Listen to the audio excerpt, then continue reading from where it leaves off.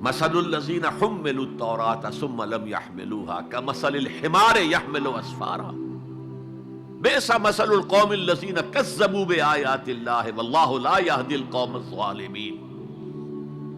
مثال ان لوگوں کی جو حامل تورات بنائے گئے تھے اور پھر انہوں نے اس کی ذمہ داری کو ادا نہیں کیا، اسے قائم نہیں کیا، اس کے احکام پر عمل نہیں کیا. جیسے فرمایا ہے سورہ اعراف میں، قل یا اہل الکتاب، کہہ دیجئے اے نبی صلی اللہ علیہ وسلم، اے کتاب والو، لستم علی شیء حتی تقیموا التوراۃ والانجیل وما انزل الیکم من ربکم، تمہاری کوئی حیثیت ہماری نگاہ میں نہیں ہے، تمہارا منہ نہیں ہے کہ ہم سے دعا کرو جب تک کہ تم تورات اور انجیل کو اور جو کچھ نازل کیا گیا تمہاری طرف اسے قائم نہیں کرتے. آج اللہ ہماری دعائیں نہیں سنتا. 30 لاکھ جا کر حج کرتے ہیں، دنیا کے حالات میں کوئی ذرہ برابر فرق آتا ہے؟ اول تو حرام کی کمائی سے حج ہو رہا ہے، تو حج ہے ہی نہیں سرے سے. جو کچھ کرتے گئے تھے سودی کاروبار وہی آ کر دوبارہ شروع کر دیا. سرکاری ملازمت تو جو رشوت پہلے لے رہے تھے اس کے بعد آ کر شروع کر دی. یہ کیا ہے؟ یہ تکذیب بالعمل ہے، جھٹلانا ہے. تم نے اپنا نصیب یہ بنا لیا ہے کہ تم قرآن کو جھٹلا رہے ہو جیسے کہ انہوں نے جھٹلایا تھا. مثل الذین حملوا التوراۃ ثم لم يحملوها كمثل الحمار يحمل اسفارا. ان کی مثال ان گدھوں کی سی ہے جن پر کتابوں کا بوجھ لاد دیا گیا. مکالمات فلاطوں، گٹھڑی باندھ کر گدھے کے اوپر رکھ دیجئے تو کیا وہ واقعی منطقی اور فلسفی بن جائے گا؟ یہ مثال اللہ دے رہا ہے. اور یہ مثال کیوں دی گئی ہے؟ اس آئینے میں ہمیں ہماری تصویر دکھائی گئی ہے. تم اگر قرآن کا حق ادا نہیں کر رہے تو تمہاری مثال وہی ہے جو یہود کی تھی. بئس مثل القوم الذین کذبوا بآیات اللہ، بری مثال ہے اس قوم کی جس نے اللہ کی آیات کو جھٹلایا. تو زبان سے تو یہودیوں نے کبھی نہیں جھٹلایا تورات کو، عمل سے جھٹلایا ہے. یہ وہ 5 مقامات ہیں جن میں اللہ تعالیٰ نے خود اپنے کلام کی ثنا بیان کی ہے، تعریف کی ہے، اس کی عظمت کو بیان کیا. اب میں آپ کے سامنے ایک حدیث رکھنا چاہتا ہوں. حضور نے کیا فرمایا؟ ایک حدیث سنا چکا ہوں آپ کو. عن عثمان بن عفان رضی اللہ تعالی عنہ قال قال رسول اللہ صلی اللہ علیہ وسلم خیرکم من تعلم القرآن وعلمہ، تم میں سے بہترین لوگ وہ ہیں جو قرآن سیکھیں اور سکھائیں. یہ حدیث بڑی عجیب ہے. یہ ترمذی میں بھی ہے اور دارمی میں ہے، اور اس کے راوی حضرت علی ہیں رضی اللہ تعالی عنہ. عن علی رضی اللہ عنہ قال، حضرت علی فرماتے ہیں انی سمعت رسول اللہ صلی اللہ علیہ وسلم یقول، میں نے سنا اللہ کے رسول صلی اللہ علیہ وسلم کو یہ کہتے ہوئے، انہا ستکون فتنۃ، ان قریب ایک بہت بڑا فتنہ رونما ہوگا. حضرت علی فرماتے ہیں قلت، میں نے عرض کیا مل مخرج منہا یا رسول اللہ، اے اللہ کے رسول یہ فرمائیے اس فتنے سے بچنے کا، نکلنے کا راستہ کون سا ہوگا؟ جیسے آپ بڑے بڑے حالوں میں دیکھتے ہیں ایگزٹ، عرب ممالک میں لکھا ہوتا ہے مخرج. اگر کہیں آگ لگ جائے، کہیں دھواں بڑھ جائے تو نکلو، ان لال جو روشنیاں ہیں ان کے اندر جو نیچے دروازے ہیں ان کی طرف جاؤ. یہ مخرج ہے جان بچانے کے لیے. یہاں ایک لحظہ توقف کر کے ہمارا اور صحابہ کا جو فرق ہے اس کو نوٹ کر لیجئے. اگر ہم ہوتے تو کیا پوچھتے؟ حضور یہ فتنہ کب آئے گا؟ کدھر سے آئے گا؟ کیوں آئے گا؟ کیا ہوگا؟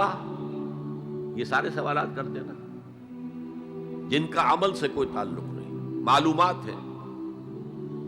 حضرت علی نے کچھ نہیں پوچھا، بس آپ نے فرما دیا کہ بہت بڑا فتنہ ہوگا، تو بس ہمیں یہ بتائیے کہ اس سے نکلنے کا راستہ کیا ہے.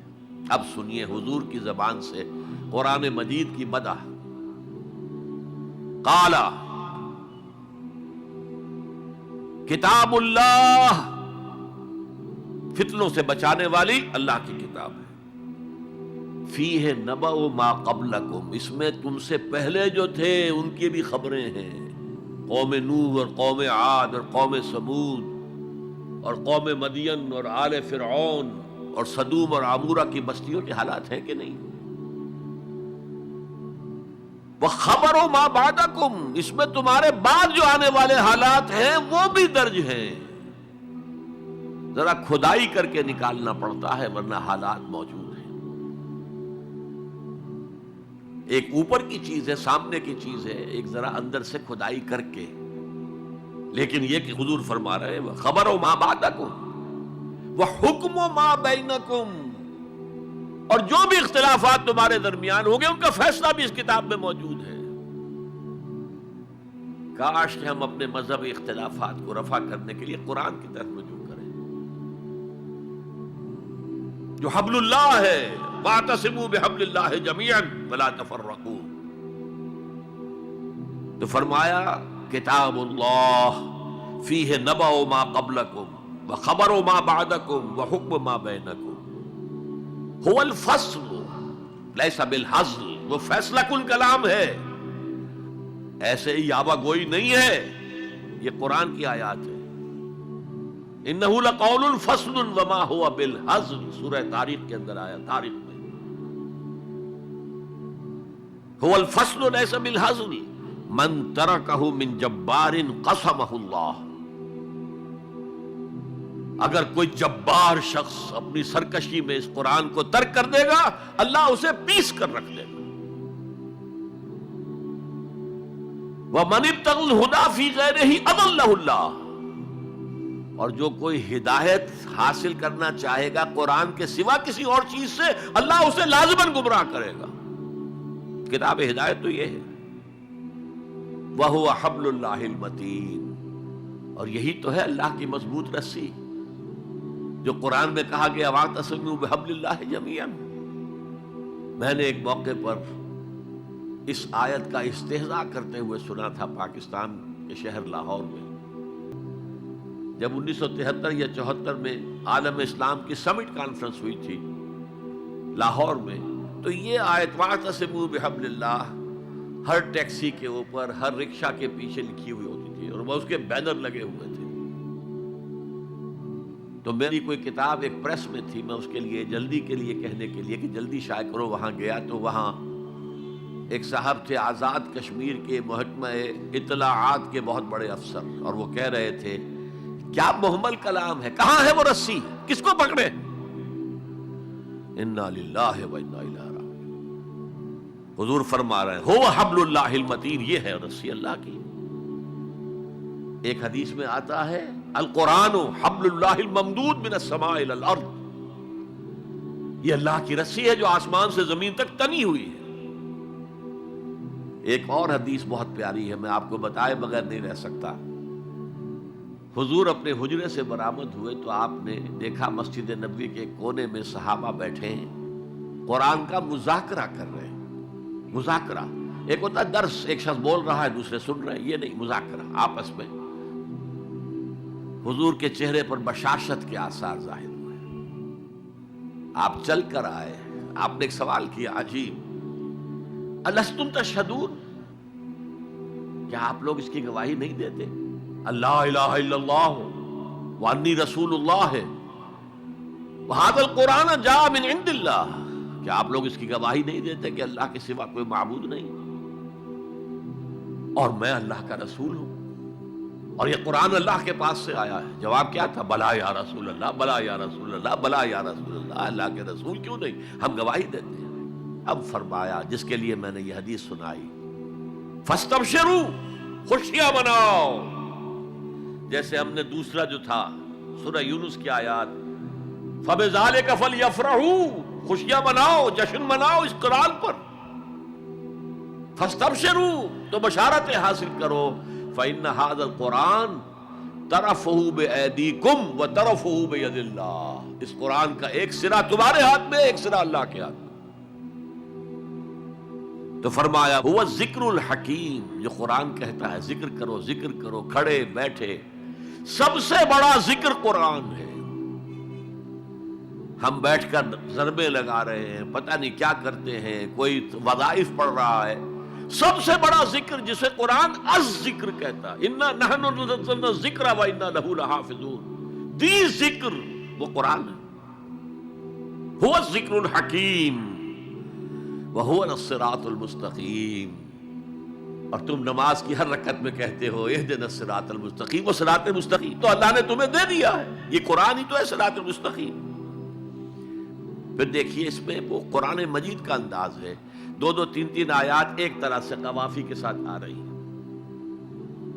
هو الذی لا تزیغ بہ الاہواء، یہ وہ شے ہے کہ جس کے ہوتے ہوئے خواہش نفس آپ کو کج نہیں ہونے دے گی،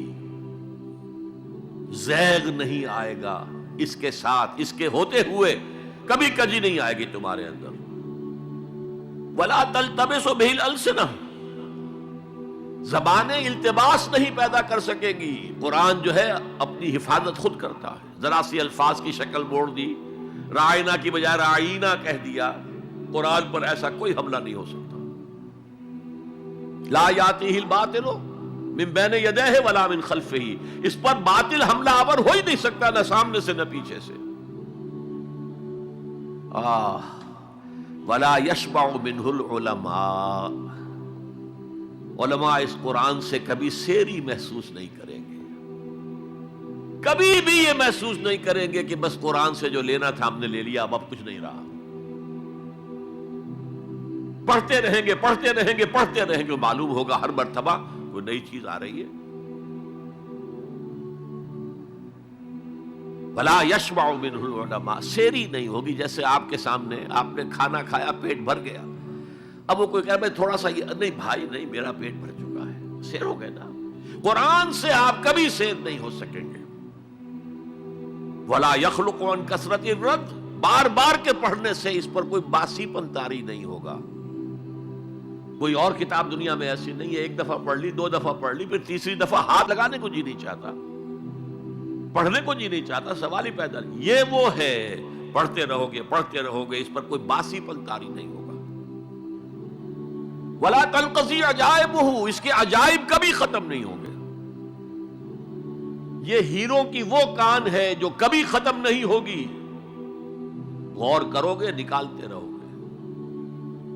یہ بنیاد ہے سمندر کی نیچے جہاں سے موتی ختم نہیں ہو سکتے. بڑی سے بڑی کان ہیروں کی ایک وقت آتا ہے کہ ختم ہو گئے، ہیرے جو تھے نکالنے تھے نکال لیے، نہیں. لا تنقضی عجائبہ هو الذی لم تنتہی الجن اذ سمعتہ حتی قالوا انا سمعنا قرآنا عجبا یہدی الی الرشد فآمنا بہ. یہ وہ کتاب ہے جسے جیسے ہی جنوں نے سنا فوراً کہا ہم نے آج ایک بہت عمدہ کلام سنا ہے، کتاب سنی ہے، تو ہم تو ایمان لے آئے. ایک دفعہ سنا ہے اور وہ داعی بن کر چلے گئے. یا قومنا اجیبوا داعی اللہ، اے ہماری قوم کے لوگوں اس اللہ کی طرف پکارنے والے کی آواز پر لبیک کہو. جنات کا عالم یہ ہے، ہمارا عالم کیا ہے؟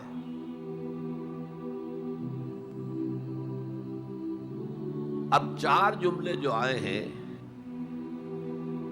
وہ اس حدیث کے اندر جو اہم ترین چیز ہے وہ ہے من قال بہ صدق، جس نے کوئی بات اس قرآن کی بنیاد پر کہی اس نے سچ کہا. ومن عمل بہ اجر، جس نے اس پر عمل کیا اس کا اجر محفوظ. ومن حکم بہ عدل، اور جس نے اس کی بنیاد پر کوئی فیصلہ کیا اس نے عدل کیا. اور آخری جملہ کاش کہ اس کا مصداق اللہ مجھے بھی اور آپ کو بھی بنا دے. وَمَن دَعَا إِلَيْهِ هُدِيَ إِلَىٰ صِرَاطٍ مُسْتَقِيمٍ، جو اس قرآن کی طرف لوگوں کو بلائے گا، کسی اور کو ہدایت ہو نہ ہو، اس کی ہدایت ہو گئی.